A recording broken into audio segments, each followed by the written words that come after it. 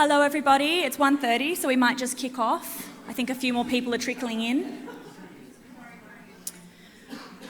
My name is Rebecca from Cleanaway and I'm going to be your chair for our Education Part 2 session for today. Thank you for joining us. Each speaker today has 20 minutes. We have got some online capability for answering some questions, but we'll also have question time at the end, panel style, exactly like we did in the last session, if you've got any questions. Our face-to-face audience will need to wait for the microphone just because we are being live streamed and we want to make sure that everybody can hear all of the questions. Please ensure that your mobile phones are turned off or on silent. So for our first speaker for our Education Part 2 stream, we have Ruby Wake, who is the Sustainability Manager at OzHarvest, speaking to us about tackling food waste with a solution that sticks. Use it up.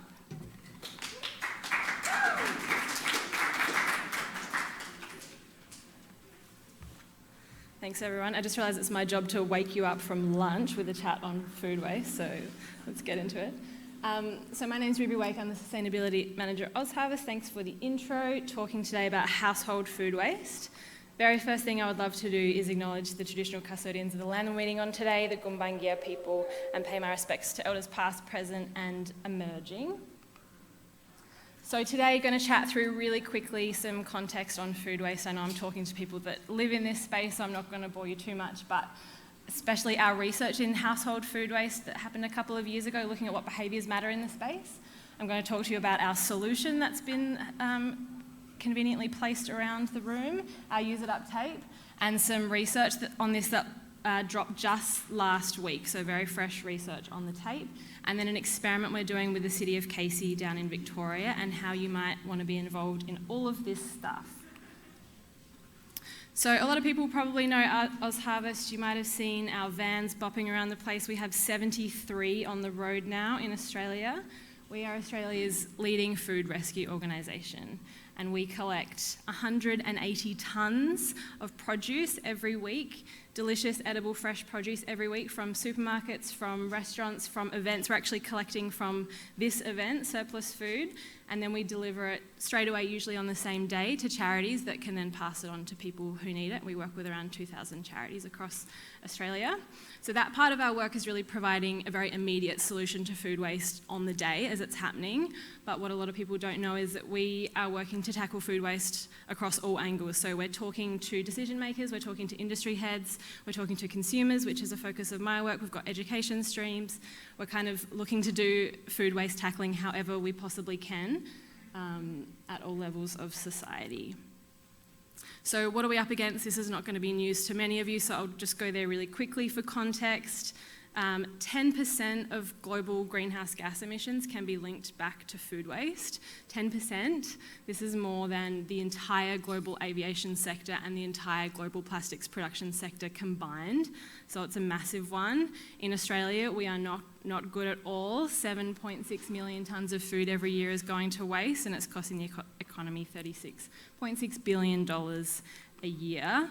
And interestingly, in Australia, a huge chunk, actually the largest chunk, is coming from our homes. So 32% of food waste in Australia comes from our homes. It's 2.5 million tonnes, and it's costing households around $2,500 a year. So talking a lot today about the cost of living crisis, this is a huge area of action, not just for the environmental space, but for people's pockets as well. Huge opportunities in the home. And sitting behind all this, you may know this as well, the Australian government does have a target. We've said as a nation that we'd like to halve, or we will halve food waste, ideally by 2030, in line with the Sustainable Development Goals, but we're yet to see any really strong policy to get us there. So at OzHarvest, we really see individuals as the lowest hanging fruit, if you pardon the pun. We decided that we really need to be working in the home if we're going to get action on food waste, so that's why we've jumped into this space.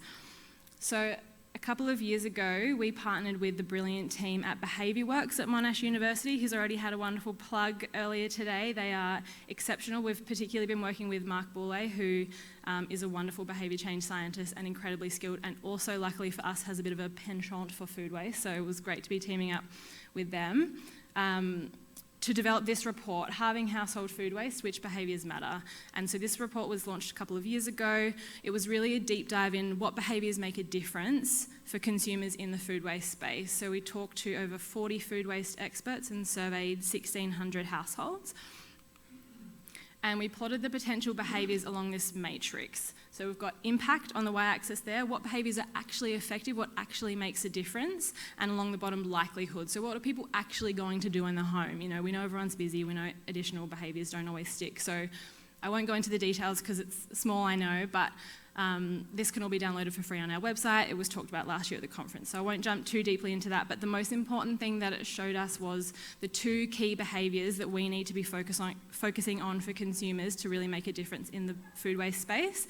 And they are 1, having a space in the fridge or pantry where people put food that needs to be used up first. And number 2, cooking a meal at least once a week with that food that needs to be used up.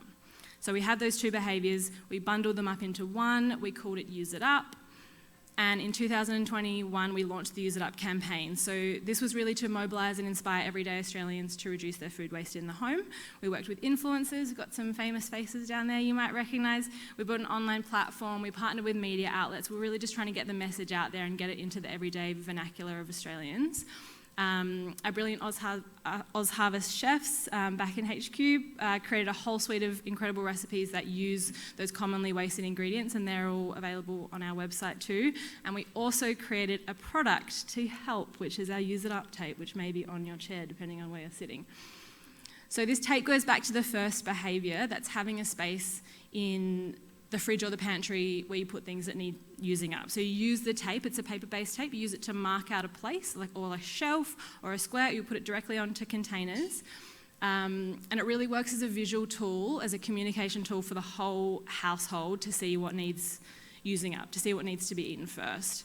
So it's paper-based, it's reusable, it's recyclable, dishwasher-proof, freezer-proof, but most importantly, it works. We know that it works. So hot off the press, last week we now have an impact study on the tape that we can reveal. So this is again working with the team at Behaviour Works at Monash Uni.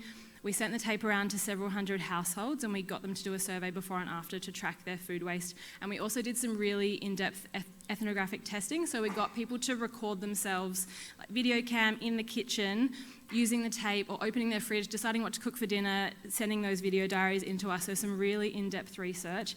And here is what we found. Households that are using the tape are reducing their food waste by an average of 40%. And for the more commonly wasted ingredients and items like perishables, fresh fruit and veg, and meat, we're seeing a reduction of almost 50%. So it's proven to be a really, really effective tool in the households. It might seem, simple and gimmicky, but it's something that's really, really working. And the other thing that we found was that it's most effective in those big and busy households. So households that might have a young kid or lots of kids or a lot of stuff going on, individuals that might be less organised in their planning and shopping and all that kind of stuff. These are the groups that we're seeing the biggest impact in, and it's because it's that visual communication tool. It works for the whole household, share houses, everyone knows that the stuff that's in the square or has the tape on their container, that's what needs to be used up first, and it helps them to plan their snacking or their cooking accordingly, and so reducing food waste through that. So some really exciting stuff. This research is big news for us. We knew it was effective, but we didn't know it was this effective. So it's really, really great to see. And especially because we know that on the roadmap to halving Australia's food waste by 2030, we need to see at least a 30% reduction in household food waste. And the tape at 40% is going to be a really effective tool in getting us there. So really exciting. Over the last year and a half, we've distributed 40,000 units across Australia. So it's definitely out and about. We're getting bulk orders from councils. That's one of the big ways we're getting it out there, who are passing on to their residents. Businesses have been ordering it for their clients and staff, schools, and then individuals can order it for free online as well. So that's the way that we're getting it out there. We're now also in conversation with an organisation in the Netherlands who want to trial it in a European context. So really exciting stuff in the tape space, and really great to have it now backed by this research as of last week. So that's our Use It Up tape, but something else I'm really excited to share with you that's launching next week, so it's all kind of happening in the OzHarvest food waste space, is a project that's launching on the 15th of May with the City of Casey in Victoria. So we have used it up, we have these behaviours that we know work, but what we hadn't done yet, what was missing was a program or structure to embed that behaviour change long term in the household. So last year we won a grant through the City of Casey's Circular Economy Living Lab to do just that, to build a program that would embed those behaviours in the household ideally, and one that we could trial with the City of Casey residents to test it and see if it was working.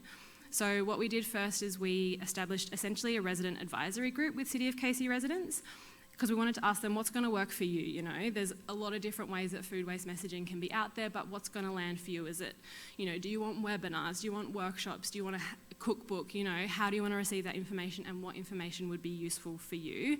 And interestingly, what we heard from them was that they wanted emails, which, you know, was kind of surprising for us, but it's easy, you know, we can do emails, that's fine. So emails, and we guess that's because people want to, you know, go through the information in their own time. That's fine.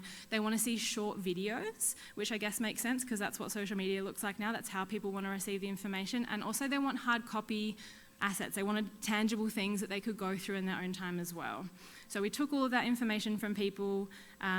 We also took the research that we have in the space and what we know is kind of missing in the space. We wanted to create something that was really engaging, really fun, but really simple and easy for people to just kind of grab and run with, and tangible and effective as well, and something that we can track long term. That's another really important piece for us to test whether or not it's working. So what does it look like? We're calling it the Use It Up Challenge. This is a working title, launching for the first time next week, so that might evolve. But it's a 4-week program, essentially, with a few different elements to diversify how people are receiving food waste information.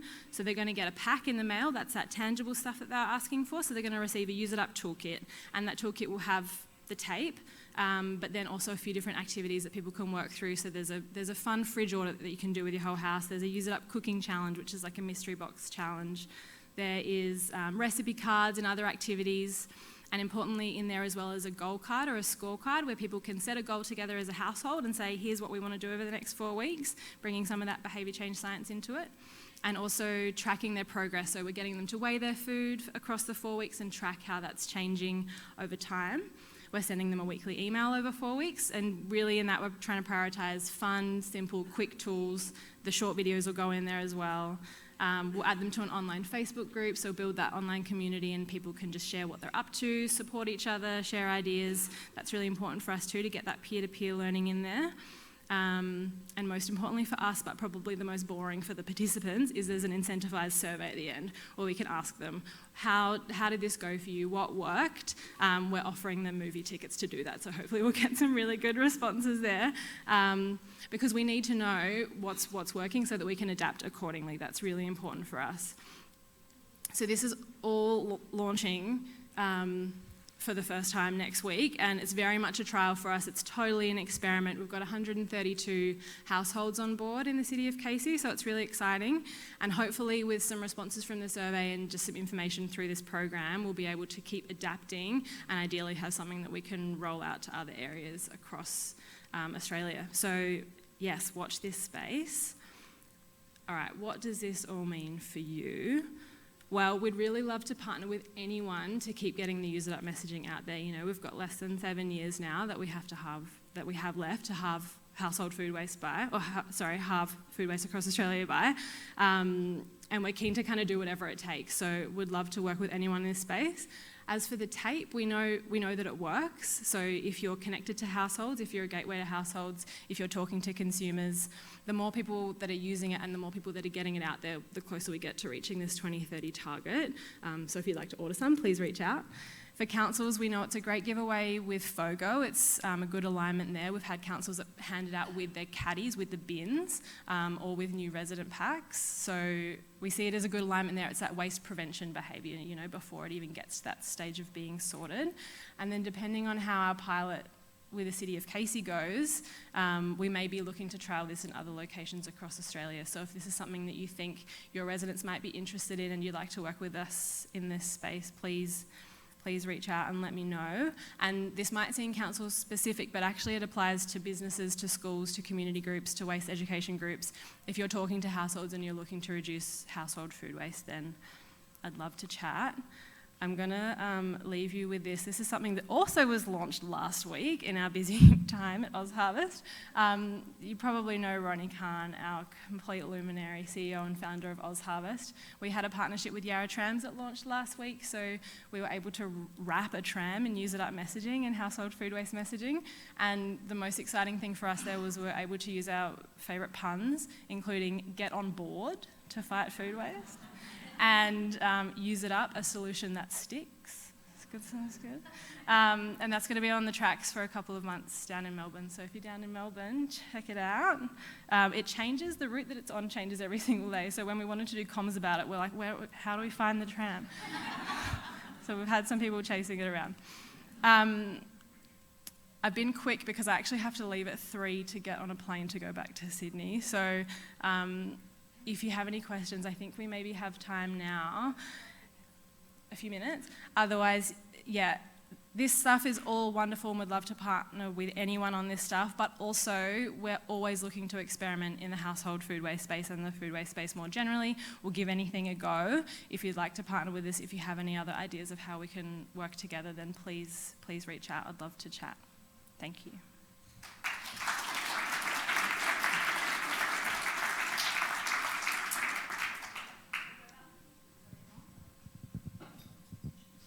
Hello. We've got about 3 minutes for a question from Ruby, if anybody's got one. Easy. No? Oh, there we go. Oh, Linda. Stop it. I wanted to ask if there's any work going on about food in like dietary space. You know, people have a lot of dietary requirements these days. I was just interested to know, you know, because a lot of food obviously goes and gets mixed in together, but I was just interested. It's also very expensive food, so, you know, Yes. people are wasting that food.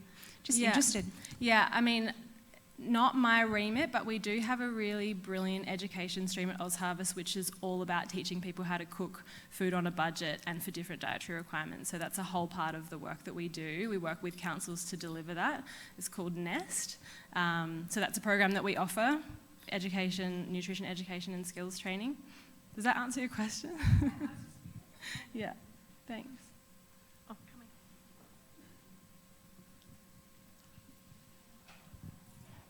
Hello.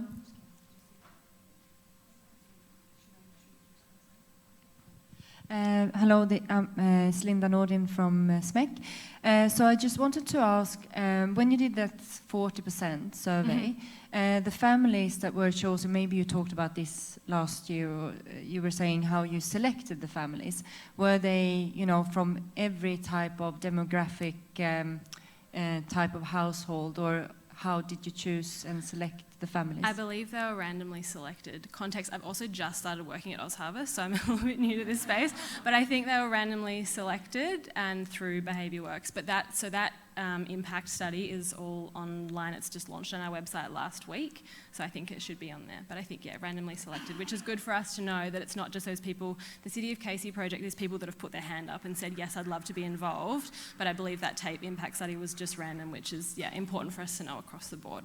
Thanks. Look, yeah, thanks for the presentation. I'll be speaking to my council about probably ordering and getting involved. Aside from that, MasterChef kicked off this week. I'd like to see a miser chef. I'd like to see an OzHarvest competition where you get great chefs with ingredients that are cheap and almost out of date from different fridges, and see who can come up with the best thing. So happy to help crowdfund for the prize. I love it. That's a brilliant idea. I think, yeah, anything like that, getting people excited is brilliant. There was a TV show, maybe in the late 90s, it was a guy that would run into supermarkets and grab stuff off the shelf and have to cook with it. I can't remember what it's called, but I've heard that suggestion as well. So I feel like there's good alignments in the food waste space. Everyone's excited about cooking now, you know, it's a common thing. So it's a great partnership for us. I love the idea. I'll take it back tomorrow. Thank you. Oh, hi. Yeah, I just wondered if you're working or planning to work with supermarkets, because it seems like a great distribution point for the campaign. Oh, for the tape? For the tape, yeah. Yes, yeah. Also so we're in confidential conversations with some supermarkets. We have different partnerships, so we have to manage those to know, but that is definitely a place that we would really love to get it out there. We've had supermarkets that have trialled it and given it to their staff to see how it works, but yeah, I think in the next couple of months, hopefully we'll have a supermarket with it on their shelf, so thank you. Yeah, I totally agree. Yeah. Thank you so much.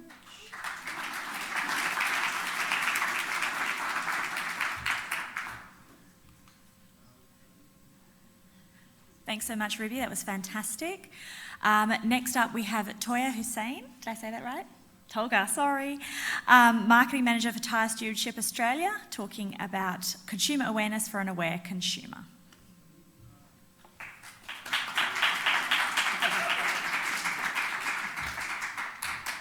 That's all right, no one ever gets my name. So yes, my name is Tolga. I work in the Marketing and Communications team at Tyre Stewardship Australia, or TSA, as we call ourselves, because Tyre Stewardship Australia can be a bit of a mouthful. I work with some really passionate people who are helping to make a difference every day, and we are helping Australia realise a circular economy for used tyres, but a little bit more about that soon. So, someone once asked me if my job was like the Netflix show Emily in Paris. And for those who haven't binge-watched Emily in Paris in one afternoon, in one sitting, like myself, it follows the story of a very savvy marketing executive who is from America, and she moves to France for work. And she travels across France and comes across a whole heap of obstacles in both her personal and work life, including some of the creative ways in which she works with her clients to market their products. Unlike Emily in Paris, I don't have the liberty of taking hour-long champagne lunches or 2-hour-long champagne lunches like they did in the show. But I do completely empathise with Emily and other marketers when it comes to some of the obstacles and hoops we often have to jump when delivering a successful campaign. So on that note, my presentation today will explain a little bit about what we do at TSA and why education is an important part of the puzzle. I'll dive into some of the findings and learnings from our past consumer awareness campaigns and our experience with delivering those in hope that you can benefit from some of our learnings. But also just talking about consumers in general and how we often refer to them as being one step removed, when in fact consumers are just you and I.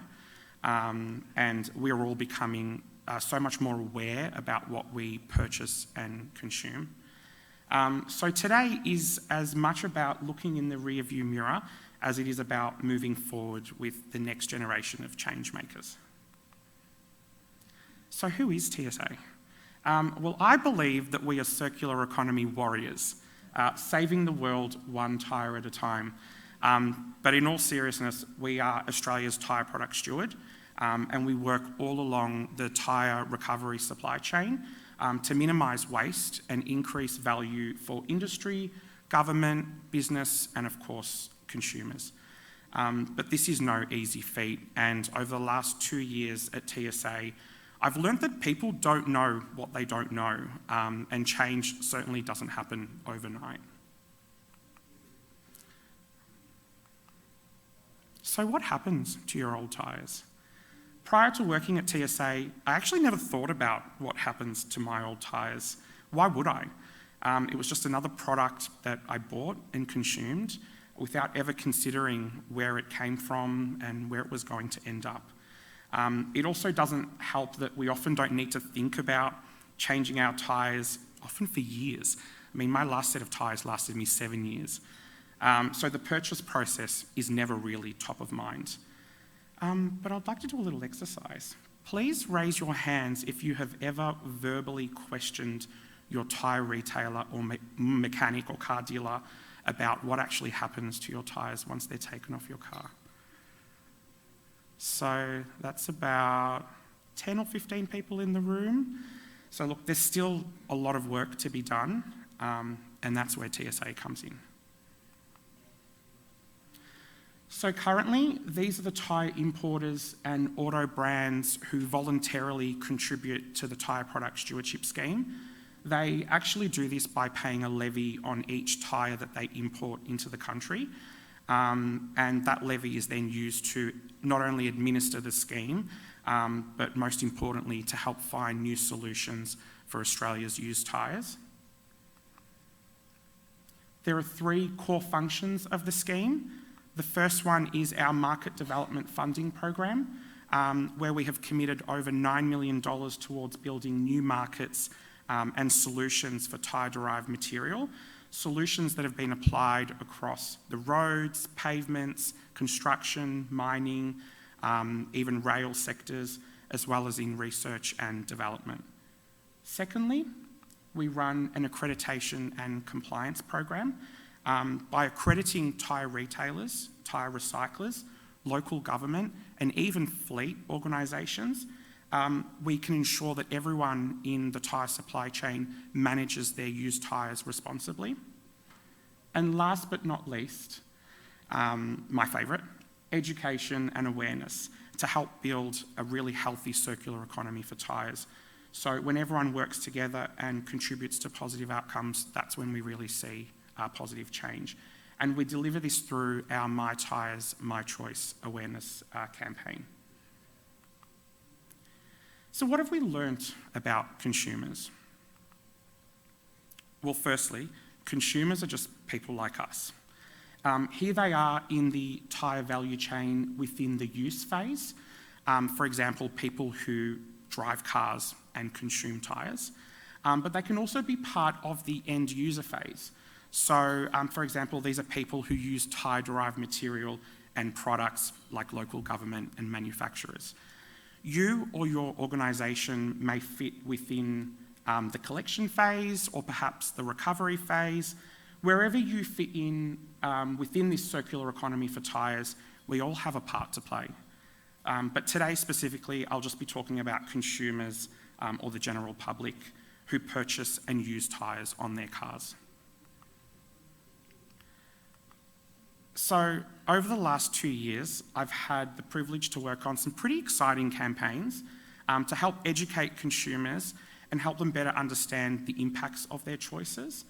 So we often talk about consumers like they're some sort of alien species from out of space. And although we are still learning about what makes consumers take action, we know that the choices consumers make can massively impact and influence the fate of used tyres in our country. So within the circular economy for tyres, consumers play a massive role because they get to choose the tyre retailers and brands that they purchase their tyres from, and that has a huge impact. Consumers are also incredibly savvy. We've come a long way from the days of people thinking recycling was a gimmick. And think about how far we've come with curbside recycling. Consumers may even buy recycled toilet paper or use a keep cup, but when their tyres are worn out, we weren't actually convinced that consumers knew what to do next. Yes, they are savvy, but they don't always have the information to make positive change, and this is where our consumer awareness campaigns come in. Forget about awareness though. Don't get me wrong, awareness is really, really important, but it's just a part of a process. It shouldn't be the end goal in communications because awareness is just that, it's knowledge only, and it doesn't contain action. As Dr. Phil says, awareness without action is worthless. So the two questions that are often asked when I'm working with our team, building a brief or planning our next consumer awareness campaign, firstly, what do consumers need and want to know? And secondly, what do we want them to do? But we often forget the question that is most important: what's in it for them? So what's in it for the consumer? And how do we make it easier for them to take action? The vast majority of consumers actually want to do the right thing, but they just don't know how. So they're aware of climate change, they're aware of the need to reuse their waste, but their behaviour doesn't always follow because, well, we don't always make it easy for them. Consumers want to understand how their actions can contribute to better outcomes and how their actions are actually facilitating a whole generation of change makers who are viewing materials from end-of-life tyres in a completely different way. The elephant in the room was often the term waste. I'm sure we're all aware of that. And I know you've all probably heard this before, but waste is no longer a dirty word. Everyone can see that waste is a valuable resource that can and should be used, and it's really up to all of us to show Australia how. This is one of my favourite ads that we ran with Better Homes and Gardens. So what did we actually discover from our campaigns? Well, firstly, it's important to know that our research actually shows that over 50% of consumers would be more likely to seek a tyre retailer who can guarantee that their old tyres were handled responsibly and going towards better outcomes. So if this is the case, how do we show the value to the 50% who are more inclined to make choices that facilitate better outcomes, while also convincing the other 50% that their choices matter? So we recently rolled out a refreshed campaign through our My Tyres, My Choice initiative. And a key shift in that campaign was actually moving away from our previous messaging, which missed out on addressing that big question, what's in it for them? Our latest campaign flipped that on its head and helped consumers understand why their choices matter and the impact of their choices when it comes to replacing their used tyres. So by choosing TSA accredited tyre retailers and the contributing brands, consumers have the confidence that their old tyres are then responsibly managed within the supply chain, reducing the risk of them ending up illegally stockpiled or even dumped in our local communities. Rather, they are being recycled, reprocessed, and then used as feedstock in a whole range of new value-added products, like in new playgrounds, new paths, flooring, pavements. The campaign also used a range of channels and touch points. So we ran in print. Print is not dead, by the way. Social media, online display advertising, using both metro and regional news channels to really get our message out there. And a big part of the campaign was actually about showcasing real-world outcomes, instead of focusing on the doom and gloom of previous campaigns. By doing this and showcasing the projects that consumers could relate to, we were able to get Australians really excited about the prospect of their old tyres finding a second life in new products in their day-to-day lives within their communities. We kept our messaging honest and uncomplicated. Everyone who owns and drives a car can be a change maker. So everyone who owns and drives a car needs to be able to clearly understand the messaging. Because of this, our campaigns have seen engagement rates higher than ever before, in many cases doubling or tripling the industry average engagement rate. This resulted in increased traffic to our website, but also translated to more consumers seeking TSA accredited retailers when making their next purchase. Not only a win for TSA accredited retailers, but also a massive win for Australia's circular tyre economy. But what about greenwashing? Well, it's certainly a topic that is being addressed more frequently. And ASIC defines greenwashing as an overrepresentation of how environmentally friendly, sustainable, or ethical an organisation's practices are. According to our research, there are 6 types of greenwashing tactics at play, some of which are more obvious, like green labelling, which is actually the most common one, and it's a practice where marketers call something green or sustainable, but a closer look reveals this to be slightly misleading. Or green lighting is when a company spotlights a particular green feature of its operations or products, potentially drawing away from other non-environmental practices that are happening elsewhere. And as you can see, it's much more than just about, making misleading claims. It can actually be a really difficult thing to navigate. So I really urge every organisation to undertake further training and get support, basically, to mitigate any potential risks. So greenwashing was a massive driver in our last campaign, actually caused us to rethink some of our creative. And I actually have some examples I'd love to show you. Firstly, when you look at this image, landscape or landfill, how does it make you feel? No one wants to see the image on the right. But you see this, and then what? What does it actually make you want to do? So this is an example that came up during our creative process in our last campaign. And although it's provoking at first, we actually applied our greenwashing knowledge to it and then paused for a second. We thought, we need to reevaluate the direction of this creative. it wasn't just about sparking an emotion, because actually the creative was kind of misleading, and it didn't address what consumers needed to know and do, and it didn't address what's in it for them. The next example is not so black and white, and it actually took a few iterations before we were able to land on the final version. Here's a little short video we created last year before we applied our greenwashing lens to it.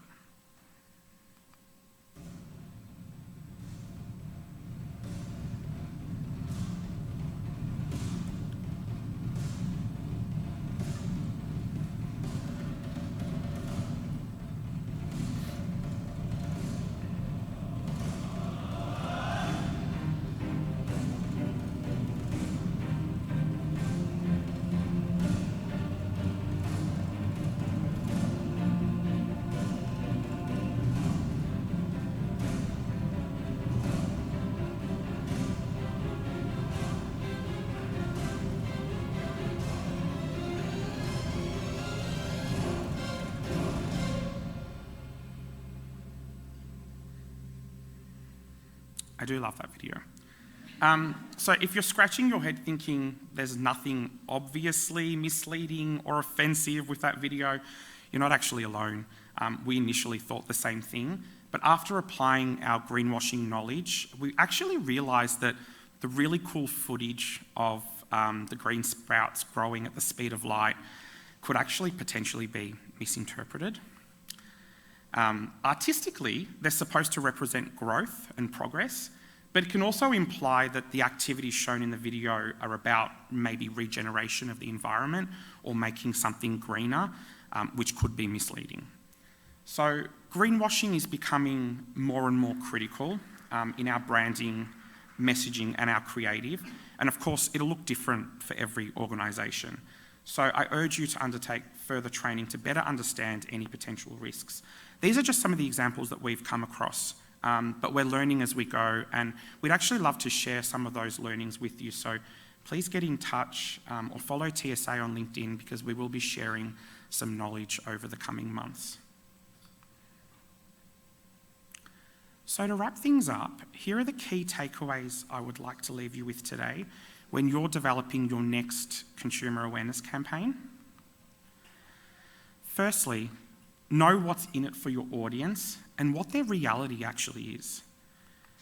Keep your messaging uncomplicated, honest, and real. This is what people will actually resonate with. Please don't greenwash or use misleading statements in your creative. And if you're unsure if something tiptoes on the line of greenwashing, reach out to an expert for advice. Show consumers the how as another human being, and remember, consumers are not aliens. So all of us in this room either use tyres directly or indirectly. Will you question what your retailer does with your old tyres the next time you need a new set? Better yet, will you look for a TSA accredited retailer when you make your next purchase? And so I leave you with this: save the earth, it's the only planet with memes, and of course tyres. Thanks for listening. Thank you. I will just quickly say, I need to give a shout out to my wonderful colleague, Dr. Linda Mitchell, who's presenting on Thursday. So Linda will be presenting about the environmental impacts of end-of-life tyre recovery. So thank you.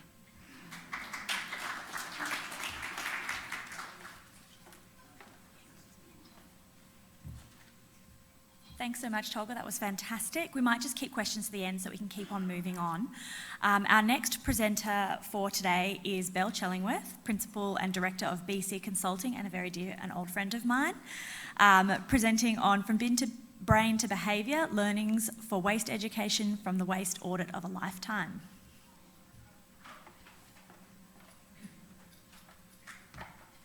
Hi everyone. Thanks, Beck. I am really excited to present this today. It's a personal passion project. It's probably a little bit different. I've never presented on it, and I've never really even spoken to anyone about it up until recently. So I'm bringing it to life now, and I really wanted to essentially launch it at this conference, which is about responsible custodianship of the materials and energy and land that we live and work on. So I'd like to acknowledge the traditional owners of country that we're on today, pay my respects to elders past, present and emerging. There's so much to, I think, take inspiration from. We have the original caregivers, scientists, artists and lovers of the land right here in this country. So I think it's really important to keep that in mind when we're talking about our earth. So, hello. For those that don't know me, I've spent a long time, like many people at this conference, doing a lot of garbage-related things. One of the first memories I have in my career of this was I worked in a pub and we had no recycling. All the gaming sheets on the wall would just get thrown in the bin, so I used to write my uni notes on them. I worked in a deli late at night while I was at uni as well. There were all these barbecue chickens that would be left over at the end of the night. There was a syndicate of restaurant owners that would call me at 9:52 and say, "Can we have some discounted barbecue chickens? Are they $2 yet?" And I'd be like, "Yeah." And I'd entertain their antics because I couldn't stand the thought of the chickens being thrown out. But since then, I've worked in the waste collection industry. I've worked for local council. I've spent the past few years in big business, heading up waste and circularity, and now doing my own thing, consulting. But I think when you spend enough time in this world, you really start thinking about it a lot, and it starts to translate into your personal behaviours at home. And I decided long ago that the best waste, is the waste you don't create in the first place. So I stopped using single-use shopping bags and used a keep cup and got rid of cling film and all those sorts of things. And gradually, I whittled everything away. And in 2017, when I started living on my own and also had access to FOGO services, I no longer needed a red landfill bin, and I got rid of it. It went on a little holiday in a nearby laneway in the city of Sydney, and I had to find it and bring it back when I moved out of that property, so it's still there. But I didn't really think much of it. I really just started saying in job applications, I'm zero waste to landfill, with the exception of 1 kilo per quarter, because we all know it's physically impossible. If anyone has achieved it, well done. But in an urban, modern environment, zero waste to landfill, it is impossible. And so really, I got to a point where I thought, I'm saying this, but I have no real proof. I've never really measured it. And you know what we all do when we're doubting tonnages? Kitchen scales to the rescue. You start weighing it. And so when I threw out my landfill, I would just start, and my landfill bin is now a Tupperware container, I would just put it on the scales, weigh it, 75 grams, weigh it all up. And, I was still within my KPI, and the nervous scientist in me disappeared, and I went, okay, I can definitely say this. But what I, started doing one day was I looked at the landfill and then I looked at the recycling bin and I thought, I wonder how much all that weighs. And it was locked down, there wasn't much else to do. So I started weighing all my recycling as well. And I classified into LDPE, PET, food waste, all these different things. And then I also grade it based on the outcome, based on what I know about recycling and recovery systems afterwards. So I've been doing that for basically since 2021, and really today's about, once you start doing this, it's like an audit for intervention in a sense. There's all these educational learnings that have come out of it through different parts of, the value chain. So the first ask really at this conference is that I actually can't grade all of this on my own. I need help with my own education. So I thought I'd bring some pleas here today. If we could save the questions just for other people's questions. If you see me around, I'd love to have a chat about lots of different things, liquid paperboard, just discovered farmer cycle, if anyone knows much more about that, I'd love to chat about that. Life cycle approach to food waste, FOGO, compost, worm farming, really what is the best approach? And some technical questions on packaging as well. So I'll leave that there. If you're taking a photo, that would be great. And come and see me. I'm told my voice travels. I'm not hard to find. My name is enormous as well. So the other thing, when I looked at this spreadsheet one day in my house alone, is I was like, well, I could have just made this up, really. It'd be pretty easy to cut and paste and just do some dodgy with the figures, because I knew I wanted to do something with it. And so I decided to instate a governance committee. And really all that is people coming and watching the process. And it's a bit of a weird thing to go out to the front of your apartment block on a Sunday afternoon and go, who wants to watch me weigh my recycling? So I had to get friends and family to do this. And what I didn't anticipate was that I was going to get questions with this as well. Some of them really surprised me though. Some of the questions from these people, who are generally all, I would say, pretty well educated professionals working in the city, I would start explaining, why I was doing this and say, because I'm zero waste to landfill, I need to verify it, need to have some transparency. And they say, no, you're not. Look, you've got the yellow bin and all that recycling there. And I'm like, no, zero waste to landfill. And they go, oh no, doesn't it all just go to the same place? And I was truly shocked. I know we've covered this today already in the conference, but I really was surprised to hear people who I've been friends with for a long time and, pretty well connected with current affairs to say something like that. The other thing that's really struck me is the confusion over reuse and recycling. We know they are not the same thing. In the age of circularity, they are completely different from a value retention perspective. But I have a veggie box delivery. That company takes the cardboard boxes back and reuses them. They don't reprocess them. They sticky take them up. Off they go. It's amazing. So that's in a different pile. And the committee would say, well, why is that recycling over there and what's that doing over there? I say, because this is being reused. So I think at this point in time, we really need to start spearheading this. And I think the other thing too, I'm not going to go on about this because we know that the Mobius loop still haunts us all, but every single time, I talk about recyclability, my friends would pick it up and say, oh, look, it's got this loop, it means it's recyclable. And again, I'd start talking about the ARL. Sometimes I go to show them on the packaging, and I started doing some spot checks and this is a data set of one we've got to keep in mind. But sometimes 23% of the items I had the ARL on them, 57%. I've seen firsthand how difficult it is to implement that. So I'm not suggesting that system should be perfect, but again, we've got a long way to go with that. So I think in the history of my career, really the best, and Beck talked about this in her presentation as well, the best education I've ever seen for recycling has been working and touring and taking people into MRFs or telling them how the recycling system works. I think with all the infrastructure that's being built and we know the capability needs to increase, language matters. I swear I did not plagiarise Costa's keynote this morning. It's really, really important for us to start thinking about these places as not being sort of industrial backwaters anymore. They're education facilities. I worked out of one in the UK, in Suffolk. It's amazing. It's purpose-built to be able to show people how the process works. I think, again, to language, most of my day-to-day work is in property and the logistics sector. We don't talk about sheds for warehouses anymore. We talk about precincts, we talk about workplaces, we talk about community, and I think with valuing materials, the language really has to shift around recovery as well. So having collected this data set for a while, some of the things for me that undeniably affect tonnages and that I now try and, I think, spearhead and anticipate and do things about before they become a problem have been illness, change in household structure, receiving gifts. I still like to receive gifts, so I haven't told my friends to stop sending them. Changes in shopping habits and busyness and higher disposable income. So one of the things that I try and do to reduce packaging is go and do that zero waste shop. So it could be the farmers markets, the co-op, bulk food stores, for example. But for a long time, I really could not nail this habit. You get really excited, you figure out what you want, you label all the containers, and off you go and you do it. And then 12 months later, it totally falls, the wheels fall off the wagon. And I finally figured out that for me to be able to achieve this, it's not the containers, it's the frequency of the shop. So what I mean by that is I started going, okay, I'm going to just try and do this like once a month, maybe once every 6 weeks. Then you identify the things that you as a person eat within that cycle. For me, it's tea, pasta, honey. This is a very personal thing.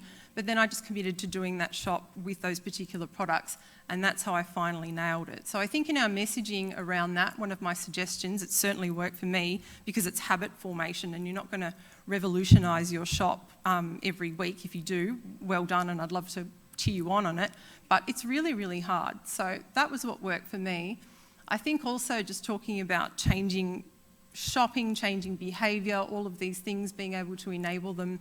There's really a lot of educational and planning for future councils and precincts, considerations, space, access, leasing, being able to enable reverse logistics and also having warehousing close by to where those businesses operate as well. So as I said, I work in the property sector a lot, so I'm trying to feed some of that, gently drip feed that in, to the beginning of that process as well.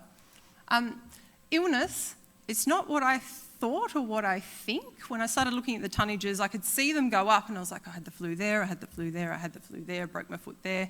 After you've been sick, sometimes your kitchen bench looks like a pharmacy that's had a tornado that's gone through it. But it's not all this stuff. For me, when I started looking at it, it's food waste. So I realised that when I get sick, I'm not very good at being sick. I sort of go into denial and I don't really take care of myself, and I'm like, I'm not really sick, and then I go down. And in that period when I go down, that's when all the food was wasted in my fridge. So I have a set of instructions of what to do when I get sick anyway, but then I just added freeze food to it. And for me, this worked. If you're sitting there going, I don't know if I'm really going to put this in comms to my local community, have a think back to, let's say when it was spring last year, when REDcycle paused, put your hand up if your phone, your email, your everything just went off with friends and family asking, what happened? Help, what do we do? Whether you signed up for it or not, we're all educators in some way, shape or form. So looking at ways, people notice what you do when they come to your house. They notice what you're talking about. Finding these ways to be able to spearhead that's what I've done for me. And I stand by it because it's working. Sometimes when this stuff comes into my house, it really wasn't me. It really wasn't. It's so lovely to get flowers and ice cream and gifts from the Women's Network that you just joined. Not the single-use coffee cups, I'll talk about that in a second. But sometimes this stuff just makes its way into your footprint, and there's not really much you can do about it. So I think if I just want to do a deep dive into that's florist, so that came with a bunch of flowers, everything up there. And there was card, there was cotton, there was a great blatant greenwash plastic bag on the end that had this messaging that didn't even make sense or was spelled properly. Honestly, I know you all look at this. I've got blow degradable, I think it said, far out. And it also came tied up with a ribbon as well. And I think when you look at this, some of this is recoverable, some of it isn't. But the ribbon, I'm going to really nail down onto this ribbon.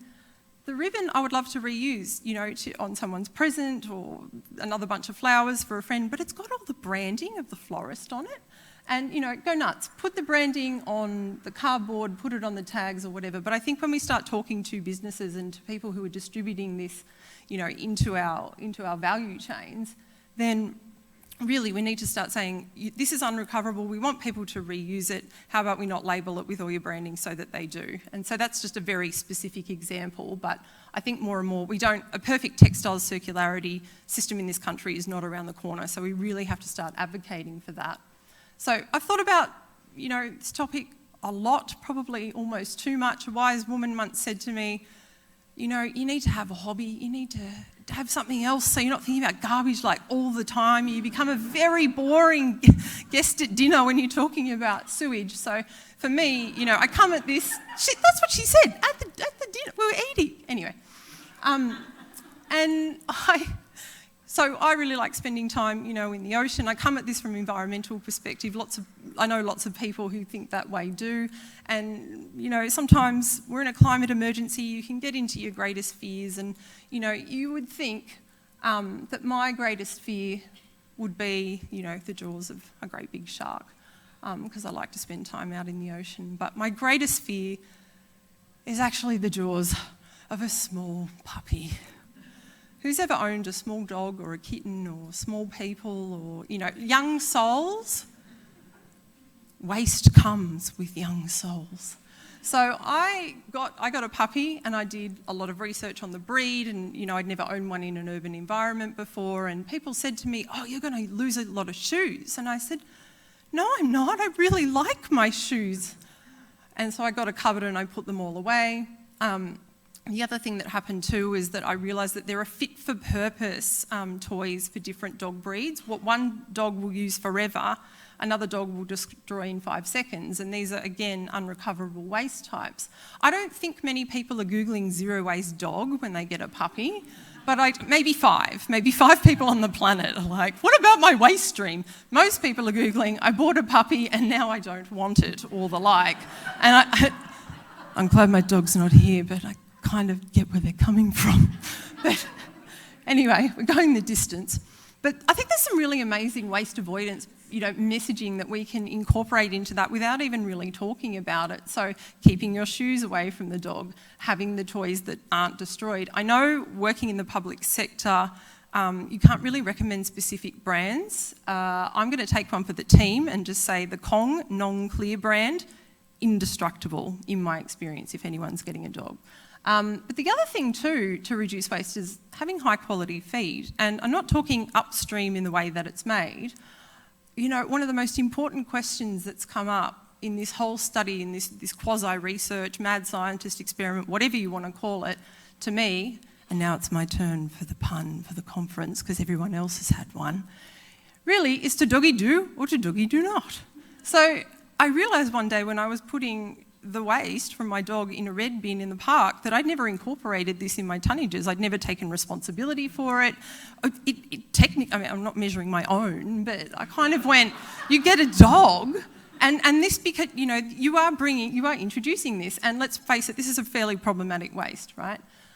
So I started, doing some thinking and doing some meddling with the old calculator. I made about 5 hazmat suits for my scales and weigh the dog do, and then, basically figured out that my dog over his lifetime is going to produce 1.27 tonnes of dog waste. Now, if you have, that was based on 10 years, expecting him to live that long. I love mutts, they go the distance. They live about 15 years, so you've got to add 5 more years. And so what I realised though is that I started feeding him a better quality feed, and what that does is they go to the toilet less, and that's, it's budget day, cost of living is very much on the minds of people I know, but really I've found that's been cost neutral because you feed them less of the feed. But really I've had a reduction down to less than a tonne of doggy do waste, and again, nervous scientists, it's not an exact, I can't guarantee that that's on the dot, what he's going to produce over his lifetime.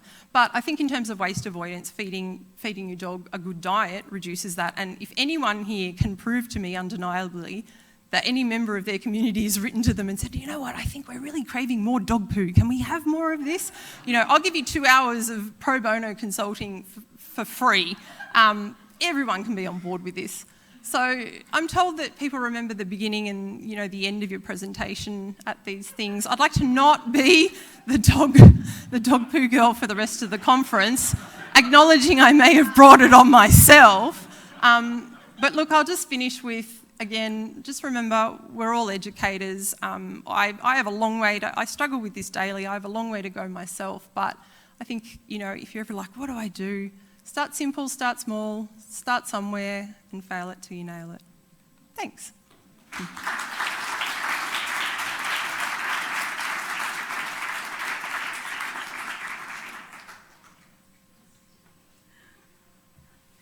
Thanks so much, Belle. I can confirm that she's not a boring dinner guest, and she really does love her dog that much.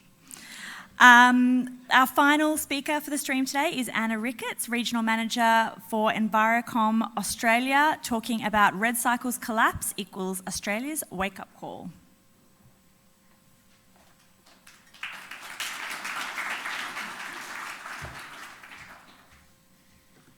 Thanks everyone. That's a really hard act to follow, Belle. Thank you for that. Good afternoon everyone. Welcome.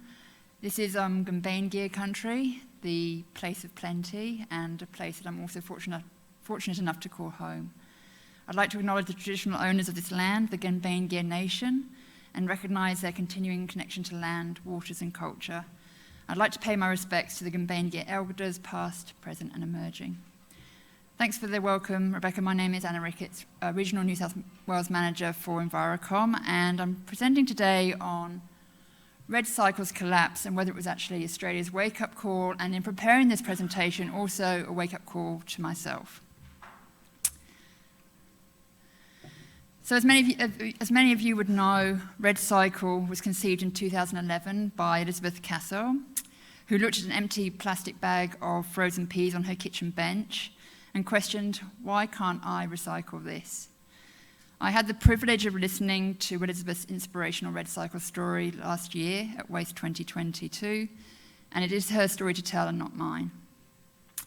This presentation will not focus on the fallout following the unfortunate demise of REDcycle, A lot has happened in this space since I submitted my conference abstract in December last year. So this is not a blame game nor a finger-pointing exercise. Instead, this presentation will look at some of the research and reports released since the REDcycle collapse, a bit harsh, perhaps postponement or suspension is more appropriate, and consider some of the lessons that can be learnt. In preparing this presentation, as I just mentioned, I also had the opportunity to take a long, hard look at my personal love-hate relationship with soft plastics, don't judge me, Belle, and how depressingly reliant I am on this product and question my own consumption behaviours.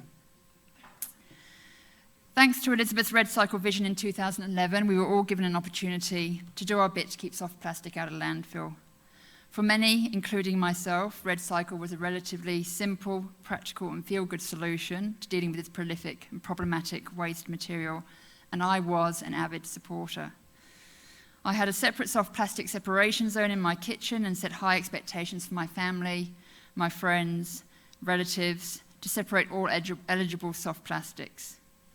I happily shoved endless bags of accumulated soft plastics, sorry Belle, a byproduct of my family of four's weekly consumption habits, into the welcoming mouth of the REDcycle bins. And in doing so, I experienced an element of self-satisfaction and self-congratulation, and, might I add, took a bit of further additional joy if I was observed doing this by other shoppers at the supermarket. But, and this is what surprises me the most considering my 19 years waste industry experience, I actually gave very little thought to what happened next. In fact, I remained naively and blissfully unaware, happy that someone else had had the vision and was brave enough to do something about this insidious but essential product. REDcycle was somehow my justification for continuing to use and rely on soft plastics without much question. I felt safe in the knowledge that my soft plastics were being recovered, recycled and diverted from landfill, with scant regard of what was actually happening to this material. My attitude towards soft plastic is probably not dissimilar from your own and is aptly summed up by this quote from Lindsay Miles, a waste educator, who suggests that as a society, we're not buying single-use plastics because we love it, we're buying it simply because everything comes smothered in it. However, since November 2022, when I've no longer been able to use REDcycle as a soft plastic disposal point, I've had a wake-up call. I've been horrified at the volumes of soft plastic that my family of four generate. This is no different to the volumes that I was generating when we were diverting this material from landfill. But for some reason then it felt okay. Now it feels terrible, and as I stuff endless bread bags, pasta bags, plastic wrappers and packets into my general waste bin on a daily basis, I have to face the reality that I am contributing to that linear, dead-end, point of no return street that is waste to landfill. When I was researching for this presentation, I found a quote from Liam Mannix, who is a Sydney Morning Herald journalist who posted an online article in November last year titled, "Is Recycling the Problem, Not the Solution?" And it resonated with me. Recycling makes us feel good about the stuff we throw away, which enables us to keep consuming. Consumption is the real problem, not recycling. And I'm mortified. REDcycle was my own head-in-the-sand answer to not having to confront the very real issue of my own consumption. While I'm not a lover of soft plastics, it's everywhere, on everything, and it's hard to avoid. The convenience of REDcycle's drop-off points, and the feel-good factor it generated cannot be denied. However, in hindsight, the reality suggests that alone and unsupported, this was potentially a band-aid solution to a much bigger issue.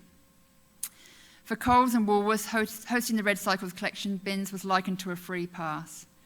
Customers were provided with a convenient outlet to do the right thing with their soft plastics, while the retailers were seen to be taken a positive environmental stand. The onus, however, remained on the consumer. By participating in the scheme, these major retailers were seen to be doing their bit, but were not required to take the next step, to review their packaging systems, their reliance on soft plastic use, or support the on-selling of products with recycled content. As the REDcycle website acknowledged, nothing is truly recycled until it re-enters the market as a recycled content product and someone buys it. As a concept, recycling is relatively simple. By reprocessing items into new products, we can conserve, natural resources, reduce pollution, and keep waste out of landfill. Unfortunately, in reality, the recycling process is much more complex and entwined in the economic system. As demonstrated by National Sword in 2018, recycling is a commodities market. Who buys what is usually determined by the quality of the plastic. Recycling is not a silver bullet. Most single-use plastics produced worldwide since the 1970s have ended up in landfills and the natural environment. While the REDcycle scheme recycled approximately 7,000 tonnes of soft plastics a year, in the grand scheme of things, this is a relatively small proportion of the 70 billion pieces of soft plastics Australians use annually. Many therefore believe that systemic change is urgently needed and that there needs to be a change of focus from collection, recycling and disposal alone. According to a report issued by the Organisation for Economic Cooperation and Development, OECD, in June last year, worldwide production and consumption of plastic per capita continues to increase and is expected to triple by 2060, with around half ending up in landfill and less than a fifth recycled. In her article written for The Nation in April this year, Nyanyala Nyabola suggests that the plastic crisis is built into the economic model. She believes that waste is an inevitable consequence of a system that stops at the value of consumption and refuses to acknowledge the waste that comes from it. Nyabola argues that chasing fashion trends and replacing electronics every few months is not a consequence-free lifestyle. She suggests that the plastic problem is a failure that cannot be fixed by anything short of a fundamental reorganisation of our lives. While Nyabola places the onus back on the consumer, others believe there also needs to be more producer responsibility. In a November 2022 ABC News report, The Conversation, Anya Phelan suggests that although producer responsibility is growing, most companies in the fast-moving consumer goods sector are doing very little to reduce single-use plastic. For many consumer packaged goods companies, recycling remains the dominant narrative in addressing the issue. In a study report in the Journal of Cleaner Production last year, it examined how companies in the food and beverage sector address plastic packaging as part of their wider, proactive sustainability agenda. It found that the sector's transition to sustainable packaging is slow and inconsistent, and in their corporate sustainability reports, most companies focus on recyclable content and post-consumer initiatives rather than solutions at the source. In mid-November 2022, just days after the suspension of REDcycle, the Australian government joined an international agreement and set an ambitious target to recycle or reuse 100% of plastics by 2040, putting an end to plastic pollution. This replaces the previous government's target of recycling 70% of plastics by 2025. Currently in Australia, we only recycle and reuse about 16% of the more than 1 million tonnes of plastic in circulation. The High Ambition Coalition to End Plastic Pollution means that Australia has joined a group of more than 30 countries, co-led by Norway and Rwanda, and also including the UK, Canada and France. It aims to deliver a global treaty banning plastic pollution by setting global rules and obligations for the full life cycle of plastic. This includes setting standards to reduce plastic production, consumption and waste. It would also enable a circular economy where plastic is reduced, reused or recycled.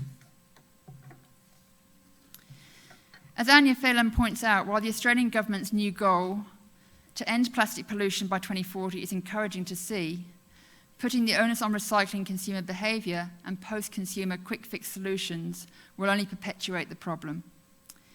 She suggests that in the context of the global plastic crisis, focusing on recycled content is like putting a band-aid on a bullet wound, and that we need better and more innovative solutions to turn off the plastic tap.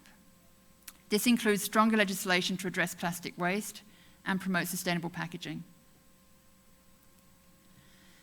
Currently, the burden of managing plastic disposal typically lies with local councils and municipalities. As a result, many municipalities in Australia and worldwide are championing extended producer responsibility schemes. While as a concept, EPR is similar to product stewardship, they differ mainly because the product stewardship policy approach includes governments in shared responsibilities, whereas EPR only requires the manufacturers themselves to calculate costs internally and integrate those costs of recycling and/or sustainability practices into the products and into the product price. EPR would involve laws and regulations requiring plastics producers and manufacturers to pay for the recycling and disposal of their products. In 2021, Maine became the first US state to adopt an EPR law for plastic packaging, which shifts recycling costs from taxpayers and local government to packaging producers and manufacturers. Companies that want to sell products in plastic packaging must pay a fee based on their packaging choices and provide easily recyclable product options. Phelan suggests that it's the responsibility of everyone in the value chain to limit the use of single-use plastic and provide sustainable packaging through better product design and prevention through legislation. It will be interesting to see what happens in this space with the support of organisations such as the Australian Packaging Covenant Organisation, who are already collaborating with government and industry sectors and setting targets in this area. Meanwhile, however, the consumption of soft plastics and disposal to landfill continues, so perhaps the National Plastics Recycling Scheme is a timely initiative. The NPRS is a program that allows consumers to put their soft plastic waste in specially supplied bags and dispose of it in their yellow lid recycling bin, alongside their commingled recycling. Developed by the Australian Food and Grocery Council and with funding support from the Australian Federal Government's National Product Stewardship Investment Fund, the NPRS was trialled in 6 councils across Victoria, New South Wales and South Australia from November last year to March this year. The pilot initially targeted about 7,000 households, with plans for it to be expanded as a pilot program in other local government areas in the coming months. The NPRS is being marketed as a circular economy approach for soft plastic packaging that unites brand owners, manufacturers, recyclers and consumers in one nationwide scheme, transforming plastic problems into circular solutions. So how does it work? Households in trial areas receive specially produced kits containing information on what soft plastics can be recycled and how to recycle them. The kits contain these special orange recycling bags, produced and printed for the trial. Participants are instructed in how to fill the bags, close them and put them into their recycling bins. These bags are then extracted from the recycling stream at the MRF and sent for processing. After being sorted, cleaned and shredded, separate soft plastic types are sent to advanced recycling facilities where high-tech processes break down the plastic back down into oil. That plastic crude oil is then ready to be made back into clean, food-grade plastic packaging. Having spent the last 19 years of my career telling people to please not put soft plastic in your recycling bin, the irony of encouraging soft plastics in the recycling stream is not lost on me. However, according to an ABC article posted in April this year, the trial of the NPRS in 2,000 households in the Albury-Wodonga region and overseen by council-run agency Half Waste has produced some positive results. More than 2 tonnes of soft plastic has been diverted from landfill already, although there has been a few teething problems from contamination and the orange bags being ripped in the recycling bin. Tanya Barden, CEO of the Australian Food and Grocery Council, suggests that the NPRS is a classic closed-loop system and is hoping to extend the scheme into all households in the areas that have hosted a trial by October this year. However, she also clarified that more investment was needed and that the scheme would need to be phased in line with the country's manufacturing and processing capabilities to avoid the same fate that occurred with REDcycle. According to the AFGC website, ultimately the NPRS aims to increase the amount of plastic recovered by 190,000 tonnes a year, and that's 1/3 of the soft plastic waste that currently goes to landfill each year. I'd also like to acknowledge that the NPRS scheme is very similar to Kirby, a soft plastic recovery program that was developed by REDcycle on the central coast of New South Wales in 2020. And that was presented at last year's Waste Conference, and I've seen some Kirby t-shirts around the place, so please reach out to those people. This program is currently available in Central Coast Council, City of Newcastle and Tamworth Regional Council, and more information can be found at kirbyit.com. As technology evolves, companies such as APR Plastics in Victoria and Lycella in northern Sydney are running pilot projects that are turning plastics back into oil and will be reliant on soft plastic feedstock. Founded by Dr. Len Humphreys, an organic chemist, Lycella has a global patent to turn plastics back into oil and biomass into fuels. In December last year, Licella received a $12 million grant from the federal government to help build a plastic recycling plant in Altona, Victoria, that will have the capacity to process 70,000 tonnes of plastic a year soon after commissioning, with the potential to quickly scale up from there. As Alan Kohler reported in the New Daily in December last year, Dr. Humphreys and his team created a catalytic hydrothermal reactor, a process which basically uses heat and water to liquefy solids, such as plastics and plant material. This process can be used on all types of plastic, hard and soft, as well as mixed and layered plastic packaging. Licella has been working successfully with Nestlé to use KitKat wrappers, which combine metal and plastic, to produce Australia's first soft plastic food wrapper with recycled content. There are now 6 projects underway globally using this technology, which are all about turning plastic back into oil so it can be easily turned back into food-grade recycled plastic, which means that plastics can be infinitely recycled. As Kohler states, it seems to me that this Australian invention using heat and water to turn plastic and biomass into oil and fuel is one of the great hopes of mankind. And so in conclusion, I'm interested to see how companies such as Licella and APR Plastics expand, and schemes such as NPRS and Kirby evolve, although I'm not sure anything will ever convince me to put a plastic bag in my recycling bin, sorry. The April edition of the Waste Management Review and Inside Waste also reported on the roadmap to restart that the Soft Plastics Task Force, comprising the 3 major supermarket retailers, have released in preparation for the launch of a soft plastics in-store collection pilot project in selected stores from late 2023. However, this is pending the clearance of existing stockpiles and an expansion in domestic processing capacity, so watch this space.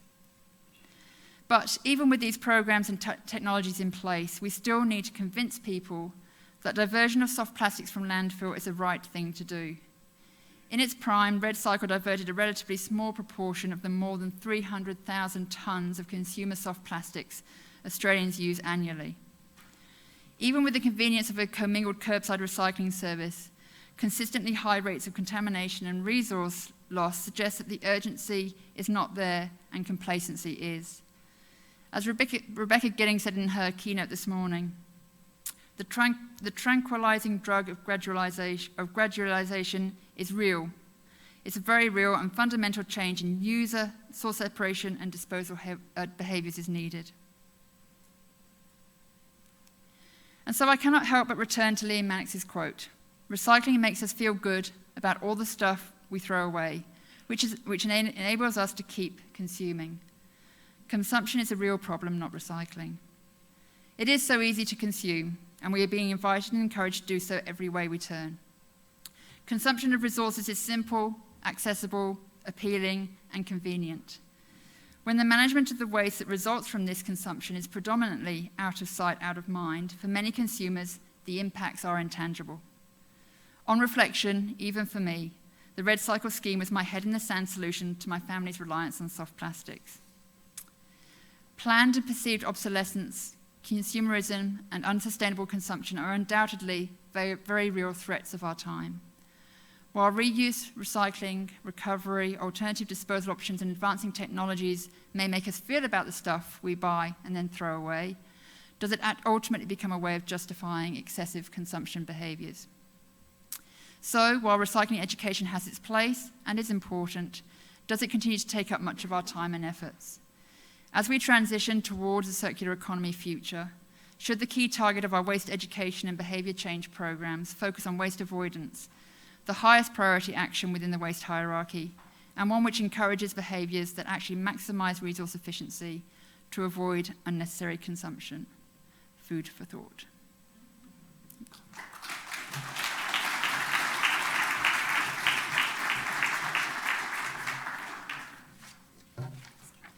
Oh, sure. Yeah. Can we get our other speakers up so that we can have a little bit of time for questions? Have you got time, Ruby? Or do you have to run?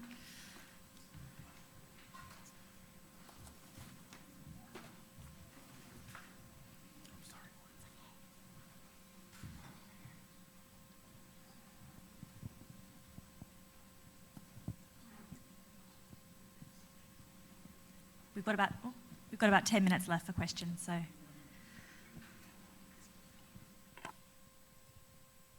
Oh, hi, Michael Neville from Hornsby Council. Belinda, a question for you. Well, first of all, it was very brave of you to get up there and analyse your life like that, and I hope someone's feeding your dog. But while you're up here, do you think there are any learnings that can be extrapolated for broader community education programs from what you've done as an individual? I think part of the point of this is that it is so personal. Like some of those examples I gave were so specific, and I kind of wonder is there anyone else on earth who writes themselves a note when they're going down with the flu to say, freeze your food? So I think that sometimes, it's funny, it's probably the first time ever I've got up and not talked about food waste for most of my presentation, because I know that it's what we need to focus on in the domestic sphere. And so I think continuing with that work and the love, food, hate waste messaging is the most important thing, and that's what I talk to with people when they start. I worked for Aldi. Many of you know I worked for Aldi before I did this work now, and the first thing people would say to me when I said I worked for Aldi was, "What are you doing about all the plastic on the food?" And I would say, yes, that's an issue, but it also protects product in value chains. Actually, if you knew how much food waste was thrown out in retailers, we'd be having a different conversation. So I haven't really given you some really good specifics, Michael. Sorry, worst panel member ever. But I think the point is, it's just this is a single household as well in an urban environment. That's very different. Anna and I look at us. Very different households and very different issues. So that's what I think for now. Leave it with me.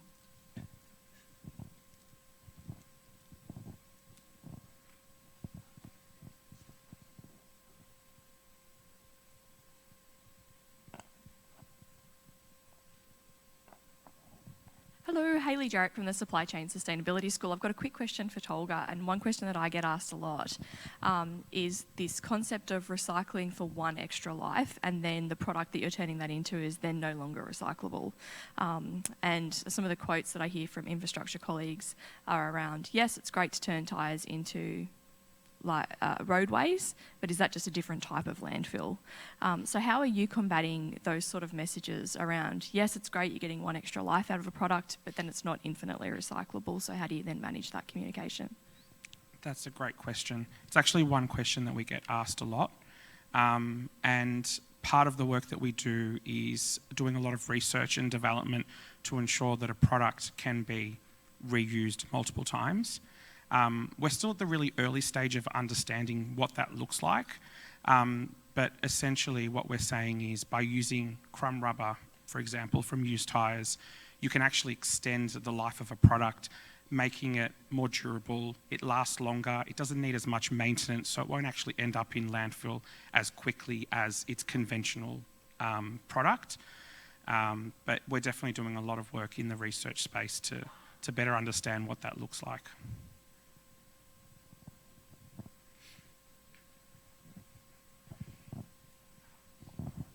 Hi, I'm Zoe from Byron Shire Council. Just to extend on that to Tolga as well, there is some research coming out from some of those products, say, that are in parks or recreational areas or road bases, and what can actually happen when that's weathered, and the pollution concerns that can cause. So I'm wondering what sort of research and what you're doing in that space. Awesome. So we've actually done a really cool report on the impacts of tyre and road wear particles and tyre-derived material in our environment. My colleague, who's a scientist, Dr. Linda Mitchell, is actually going to present on this on Thursday. She's the expert in this field, and she's used a lot of global research to put together a really awesome report. So the way that tyre and road wear particles interact in our environment is very different to the way that tyre-derived materials interact. So it's worth listening in on her presentation or visiting our website, where we've got some information on tyre chemistry and tyre particles. Oh, hi, I'm Gail Seddon from Regroup. Tolga, I had another question for you. Sorry that the others aren't getting a question. But it was the first thing that came to mind. Can they make tyres out of recycled tyre crumb? And are they? Okay. So it's a very complex process. Essentially, right now, as it stands, we can't process tyres back into tyres just because of the way that it's like. There's a really good example, actually. It's like unbaking a cake. So the chemical reaction actually means that the crumb rubber can't then be used again in new tyres. But I believe that there is some research being done overseas, definitely from some of our tyre importers who are looking into more sustainable ways of creating their tyres in the first place. Yeah. Hi, Helen Millisor here from Melbourne. I want to thank Anna for her most excellent, well-researched presentation. I'm presenting on the stewardship scheme tomorrow, so thank you so much. I thought you did an absolutely brilliant job in encapsulating the love-hate relationship we have. And indeed. But my question for you, and it's slightly off the topic of education, given that what we are proposing to bring to Australia is the first EPR scheme to stewardship, do you have any inkling as to why we haven't embarked on including EPR in stewardship to date? And perhaps that's also a question for Tolga as well. Thanks. Yeah, great question, and I don't know if I have the answer to that. I think sometimes with these things it's about being brave and being the first to do it. Or foolish. Let's stick with brave. There's maybe that risk or that unknown. So, Tolga, I don't know within your environment if you have anything else to add to that, but I don't know. I can't answer that at this stage.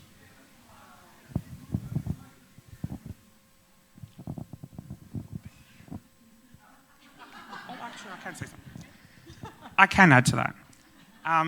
So, I guess from our perspective, we are a voluntary tyre product stewardship scheme, and we've been working really closely with government and industry to, I guess, see what the next iteration of tyre product stewardship looks like.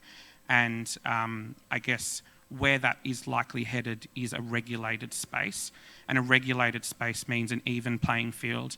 It means an incentivised supply chain, and it essentially means Australian manufacturers using Australia's used tyres rather than using imported cheaper products. So that's where we're heading in our, I guess, sphere. But yeah, I don't have any comments from an EPR perspective.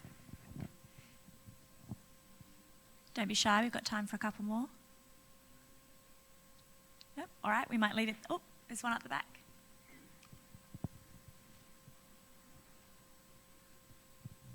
Hi, Annie from SS Rock. Great presentations, thank you.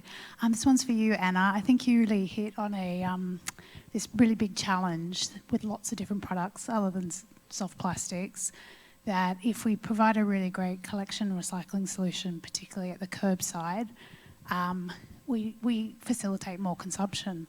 So I'm just interested in kind of unpacking a bit more, as we see so many different product stewardship schemes being set up, how do we force some of those packaging and manufacturing companies to, it's not enough just to do the collection and recycling. How do we get them to really design it out?